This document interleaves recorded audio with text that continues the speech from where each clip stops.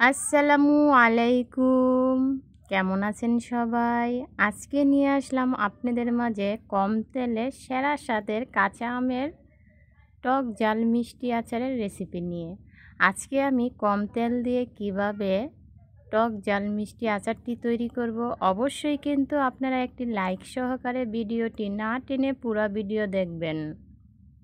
আচার তৈরি করার জন্য গাছ থেকে এখানে 5 কেজি আম পেড়ে নিয়েছি। আমগুলাকে পানি দিয়ে ভালো করে ধুয়ে পরিষ্কার করে কেটে নেব। আর আমগুলা কিন্তু গাছে একটু হলুদ হয়ে গেছে, আমগুলা কিন্তু কাঁচা, হালকা একটু হলুদ হয়ে গেছে। আমগুলা কেটে নিয়েছি, দেখেন কিছুটা আম ছিলে নিয়েছি আর কিছুটা আম ছিলে ছাড়া নিয়েছি। আপনারা চাইলে আমগুলা ছিলেও নিতে পারেন, আবার না ছিলেও নিতে পারেন, আপনাদের ইচ্ছা মতো আপনারা আমগুলা কেটে নেবেন। আর আমি গোল গোল করে কেটে নিয়েছি আমগুলা। পানি দিয়ে ভালো করে ধুয়ে পরিষ্কার করে নিচ্ছি আমগুলার থেকে, যাতে কষটা সরে যায়। ধুয়ে পরিষ্কার করে আমগুলা একটি পাতিলার মধ্যে নিয়ে পানিটা ঝরিয়ে নিয়েছি। এখন চলেন যায় আচারটি তৈরি করি। চুলাতে কড়াই বসিয়ে দিয়েছি, কড়াইটা কিন্তু গরম হয়ে গেছে। দিয়ে দিলাম সরিষার তেল 1 পা। এখানে নিয়েছি সরিষা বাটা, এখানে শুধু সরিষাটা ব্লেন্ড করে নিয়েছি। আপনারা কম বেশি করে সরিষাটা দিতে পারেন। এখানে আমি সরিষা নিয়েছি। তেলটা গরম হয়ে গেছে, ব্লেন্ড করা সরিষাটা দিয়ে 2 মিনিটের মতো ভেজে নেব। বেশি বাজার পুড়ে যাবে, সেটা হয়ে যাবে। সরিষা বেশি বাজার দরকার নাই, শুধু তেলের মধ্যে একটু নেড়ে চেড়ে তারপরে কেটে রাখা আমগুলা দিয়ে দিচ্ছি। আপনারা চাইলে সরিষা বাটাটা একটু বাড়িয়ে দিতে পারেন, সমস্যা নেই। তেলের মধ্যে আমগুলা ছাড়ার পরে একটু নেড়ে চেড়ে দিচ্ছি। আর আপনারা চিনিটা অবশ্যই বুঝে দিবেন, বেশি টক খেতে চাইলে চিনি কমিয়ে দিবেন, আর যদি বেশি খেতে চান তাহলে একটু বাড়িয়ে দিবেন। এখানে আমি দিয়ে দিলাম মরিচের গুঁড়া 1 চা চামচ, হলুদের গুঁড়া 1/2 চা চামচ, স্বাদ মতো লবণ দিয়ে দিলাম।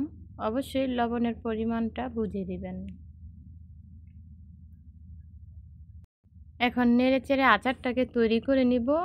আর আচার থেকে কিন্তু অনেকটা পানি উঠবে, আপনারা অবশ্যই একটু ধৈর্য সহকারে ভিডিওটি দেখতে থাকেন। আর এখানে আমি দিয়ে দেব চিনি, এখানে আমি 1/2 কেজি চিনি দিয়েছি। আপনারা অনেকেই আছেন ভিডিওটি চালু করে চলে যান না দেখে, আর অবশ্যই ভিডিওটি দেখবেন। আর যারা ভিডিও দেখেন না তারা ভিডিওটা প্লে করবেন না। আমার কাছে এই আচারটা কিন্তু অনেক ভালো লেগেছে। যারা একবার খাইবেন এই আচারটা বানিয়ে, তাদের মুখে কিন্তু স্বাদটা লেগে থাকবে। এই আচারটা যারা এখনও তৈরি করেন নাই, তাড়াতাড়ি বাসায় তৈরি করে ফেলুন। একবার খাইবেন তো বারবারই চাইবেন এই আচারটা তৈরি করে খাওয়ার জন্য। এখানে 5-6টা শুকনা মরিচ দিয়ে দিলাম। আর দেখেন কতটা পানি উঠেছে আচার থেকে। এখানে আমি ভিনেগার ব্যবহার করব 1 কাপ। ভিনেগারটা দিলে আচারটা ভালো থাকে। এখানে আমি ভিনেগার দিয়ে দিলাম 1 কাপ ভিনেগার বা সাদা সিরকা। অবশ্যই আচারে দিবেন, ভালো লাগবে। আর আচারটা কিন্তু নষ্ট হবে না। এই ভিনেগারটা দিলে আচারটা অনেক দিন ভালো থাকে। নেড়ে চেড়ে আচারটাকে তৈরি করে নিলাম। দেখেন পানিটা কিন্তু শুকিয়ে গেছে। আর আচারটা কিন্তু অবশ্যই ঘন ঘন নাড়তে হবে, না হলে কিন্তু কড়াইয়ের নিচে লেগে যাবে। টক ঝাল মিষ্টি আচারটা কিন্তু হয়ে গেছে। তেলটা বাসলেই কিন্তু নামিয়ে নেব চুলার থেকে আচারটা।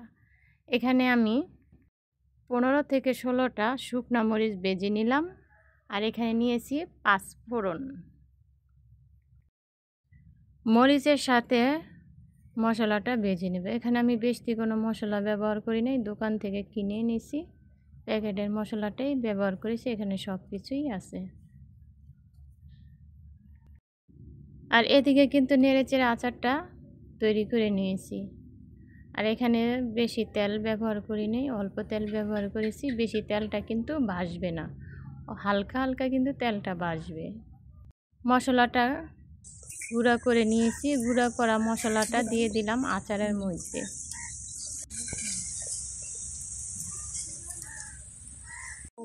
মশলাটা কিন্তু হালকা গুঁড়া করেছি, বেশি মিহি করিনি। মশলাটা দেওয়ার পরে নেড়ে ছেড়ে আচারটাকে নামিয়ে নেব। দেখেন আচারের মধ্যে কিন্তু তেলটা ভেসে গেছে সাইড দিয়ে। যারা যারা এখনও এমন লোভনীয় আচারটা তৈরি করেন নাই, তাড়াতাড়ি বাসায় তৈরি করে ফেলুন। একবার খাইবেন তো বারবারই চাইবেন এই আচারটি তৈরি করে খেতে। সবাই ভালো থাকবেন, সুস্থ থাকবেন। আবারও চলে আসবো আপনাদের মাঝে নতুন আরেকটি ভিডিও নিয়ে। আচারটা নামিয়ে ঠান্ডা করে বয়মের ভিতরে ভরে রাখবো।